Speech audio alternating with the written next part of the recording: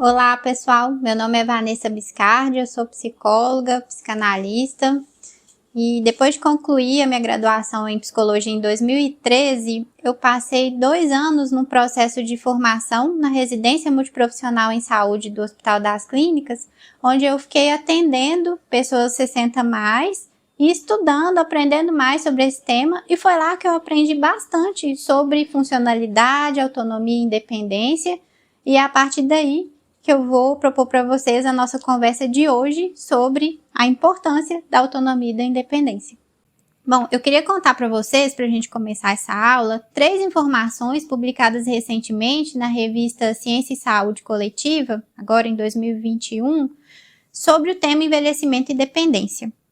A primeira delas é que, ainda que a maioria dos idosos brasileiros envelheça mantendo a funcionalidade, uma proporção considerável chega na velhice precisando de algum tipo de cuidado, seja por razões sociais, seja por algum declínio físico ou por algum adoecimento mental. A segunda é que aconteceu um crescimento muito grande dos idosos com 80 anos e mais, que é a faixa etária que, em geral, precisa de mais cuidados mesmo, tem algum tipo de dependência que vai exigir cuidados em relação à sua funcionalidade.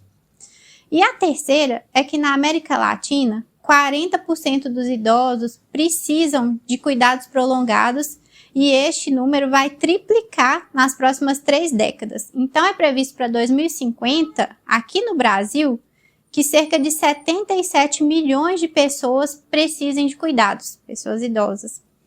Ao mesmo tempo em que a gente lida com um déficit de pessoas familiares, profissionais, instituições preparadas para exercer esse cuidado. Então, vocês já pensaram o impacto que isso vai ter na vida dessas pessoas idosas, das famílias e da sociedade como um todo? Bom, dito isso, eu queria convidar vocês para a gente visualizar uma ideia de Platão que vai ajudar a gente a entender um pouquinho mais o que é isso, o que é funcionalidade, o que é autonomia e independência.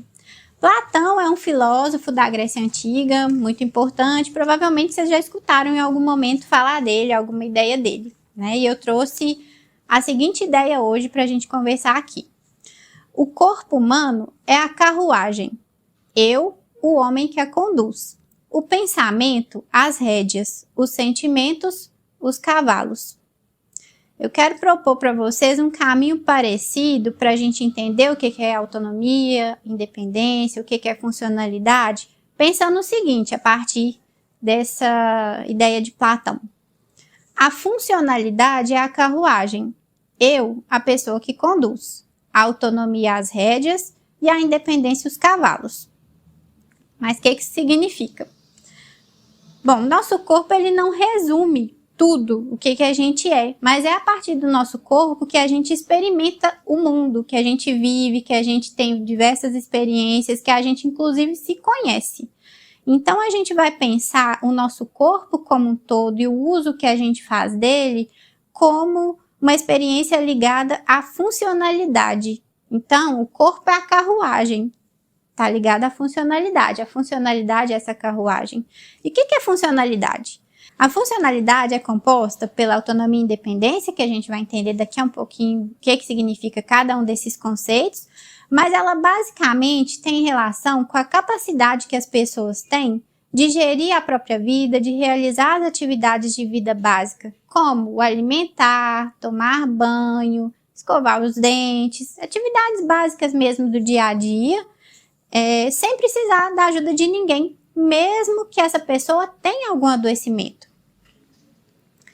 Então, a funcionalidade é o nosso meio de condução pela vida. E eu disse que ela é composta por autonomia e independência, mas o que é autonomia? Vamos começar então a pensar esse conceito. Eu disse também que na nossa alegoria, a autonomia são as rédeas. Então a autonomia é uma espécie de volante, é o que dá a direção na nossa condução pelo mundo, é o que tem a ver com as nossas escolhas, com a nossa possibilidade, a nossa capacidade de tomar decisões. A autonomia é o autogoverno, é a capacidade de comandar ações, de criar e seguir as próprias regras. Geralmente, a gente não presta muita atenção nisso, mas a gente está o tempo inteiro fazendo uso, exercendo a nossa autonomia em várias atividades do dia a dia. Por exemplo, quando a gente escova dente. Para escovar dente, a gente tem que planejar várias coisas até chegar na execução. Então, a gente precisa ir até o local onde a gente tem condição, tem possibilidade de escovar os dentes. A gente precisa pegar a nossa escova de dente, colocar a pasta de dente, fazer os movimentos para a limpeza da boca, depois enxaguar a boca e deixar esse material lá. Parece uma coisa simples, mas isso precisou ser pensado, precisou ser planejado para a gente conseguir executar.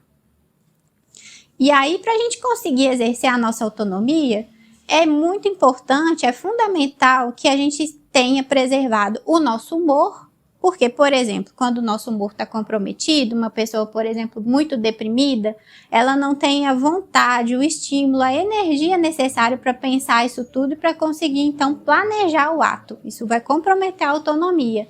Assim como a cognição, quando está comprometida, também prejudica. Porque a pessoa precisa ter acesso a memórias, ela precisa ter um nível de atenção, ela precisa avaliar e conseguir julgar os movimentos que ela vai fazer. Então, isso é fundamental para que a gente possa exercer a nossa autonomia.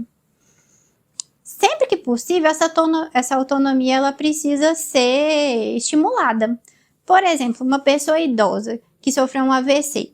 Se ela tem a independência dela comprometida, porque, por exemplo, ela não consegue mexer, fazer movimentos com o próprio corpo, ela vai ter algum nível de dependência, ela vai precisar de ajuda, por exemplo, para tomar banho.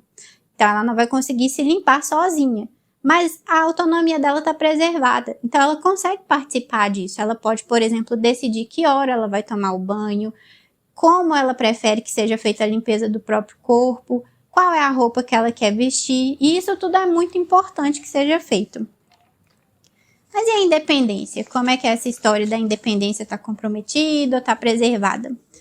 Bom, na nossa alegoria de Platão, a independência são os cavalos. Então, o que significa? É ela que vai permitir o movimento, que vai conduzir, que vai colocar em ação aquilo que a gente pensou, que a gente planejou. A independência é a capacidade de realizar alguma coisa com os nossos próprios meios, de executar as atividades que a gente planejou na nossa vida diária, por exemplo, sem a ajuda de outra pessoa. Para que isso aconteça, a gente precisa estar com a mobilidade preservada, precisa conseguir se movimentar, se mover, e também a comunicação. É também muito importante que a independência seja estimulada sempre que possível, porque, por exemplo, uma pessoa que tem um diagnóstico de Alzheimer, ela pode ter a autonomia dela comprometida, não conseguir mais planejar as ações, o passo a passo para executar suas atividades de vida diária.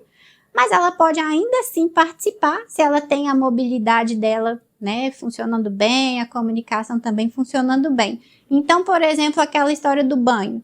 Ela não consegue sozinha pensar, preciso tomar banho, e aí eu preciso ir ao banheiro e fazer tais e tais movimentos de me ensaboar, depois me enxaguar, e aí vestir a roupa, peça por peça, escolher o que eu vou vestir. Mas se tem alguém ali junto, orientando, fulano, vamos tomar o banho agora, vamos pro banheiro, faz isso e isso para se ensaboar, se enxágua, depois vamos pegar a roupa. Ela sozinha, ela pode fazer os movimentos para executar essa tarefa. E isso é muito importante, faz muita diferença quando isso é preservado, é mantido. E não, as pessoas não simplesmente começam a fazer tudo pela pessoa só porque ela não dá conta de fazer uma coisa ou outra em relação às atividades de vida diária. Bom, infelizmente, é muito comum que se a pessoa tem autonomia comprometida, as pessoas desconsiderem a independência delas. E que se elas têm a independência prejudicada, a autonomia também seja desconsiderada. E aqui a gente precisa lembrar que a dependência é o medo mais relatado pelas pessoas idosas, é um medo que todos nós, quando pensamos assim, em envelhecimento, geralmente vem à cabeça assim, de imediato. O que a gente tem medo de envelhecer? Geralmente passa por aí, né? De ter algum nível de dependência, de não conseguir fazer as nossas próprias atividades sozinha. Então, a gente precisa começar a se atentar para isso, para valorizar e estimular, sempre que possível, a manutenção da funcionalidade. Bom, então para a gente pensar, para estimular vocês a pensarem de que forma, né, manter a funcionalidade e ajudar as pessoas a manterem a funcionalidade na vida, eu trouxe o exemplo de uma pessoa, da Leide Moreira, de 58 anos, que foi diagnosticada há 10 anos atrás com esclerose lateral amiotrófica, que é uma doença que paralisa os movimentos do corpo, né, assim, tem um comprometimento motor. Ela, com a ajuda da filha, conseguiu encontrar um jeito de se comunicar. A filha descobriu que existe uma tabela onde ela vai dizendo letra por letra, número por número, e quando chega numa letra que é a que a Leide quer usar, ela movimenta os olhos, que é o único movimento que ela consegue fazer, para a esquerda. E aí a filha dela sabe que é aquela letra que ela quer usar. Dessa forma, ela conseguiu formar palavras, formar frases, escreveu mais de 200 poesias, tem 3 livros lançados e é a protagonista de um documentário premiado que a filha fez em relação à história dela. Eu trouxe isso para a gente pensar junto, para a gente sentir um pouco da potência que tem um olhar sensível para a potencialidade mesmo das pessoas, mesmo quando a independência, como nesse caso, está comprometida, o quanto ela consegue exercer de autonomia, ser protagonista de sua própria vida. Para a gente tentar implementar isso no nosso dia a dia com as pessoas com quem a gente convive e até com a gente mesmo, se a gente tem algum tipo de comprometimento temporário ou não em relação à nossa autonomia ou independência, o que a gente pode fazer para exercer o maior potencial possível da nossa funcionalidade?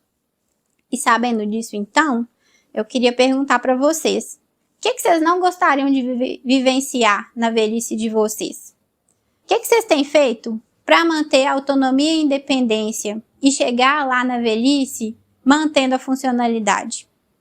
Eu sugiro vocês fazerem uma lista das dificuldades que vocês têm, se tem alguma, e possibilidades de melhorar isso. Chegamos ao fim dessa aula sobre a importância da autonomia e da independência, e eu convido vocês a pensarem de que forma exercer da melhor maneira possível a autonomia de vocês, a independência de vocês, mesmo caso tenha algum tipo de adoecimento, e sabendo da importância disso, para manter a funcionalidade e a saúde, transmitir isso, levar isso a outras pessoas, estimular outras pessoas a viverem isso, a aprenderem a importância disso também. Dessa forma, vocês contribuem bastante sendo um Star Líder Pro Longevidade. E se você gostou do conteúdo desse vídeo, não deixe de acessar a nossa plataforma, que lá tem vários outros super interessantes que você vai gostar também.